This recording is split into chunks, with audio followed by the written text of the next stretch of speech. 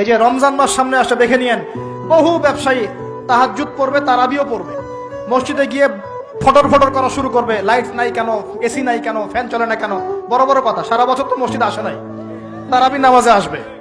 আবার দেখবেন অনেকে সারাদিন তো মসজিদ নাই, জুমার দিনে যায়, জুমার দিনে গিয়ে বলে এই ইমাম সাহেব ওটা করেন নাই কেন, এই মুয়াজ্জিন সাহেব এটা করেন নাই কেন।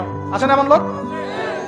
এই শ্রেণী মানুষ আছে দেখবেন, এরাই ফটর ফটর বেশি করে রমজান মাসে। রমজান মাসে দেখবেন নামাজে তারাবিও পড়বে, মাপেও কম দিবে। এরকম লোক আছে না? মাপে যারা কম দেয়, এই পাপের কারণে সমাজের মধ্যে দুর্ভিক্ষ নেমে আসে। আমাদের অর্থনৈতিক অবস্থা এমন জায়গায় দাঁড়িয়ে আছে না, দুর্ভিক্ষ যদি চলে আসে অবাক হওয়ার কিছু নাই।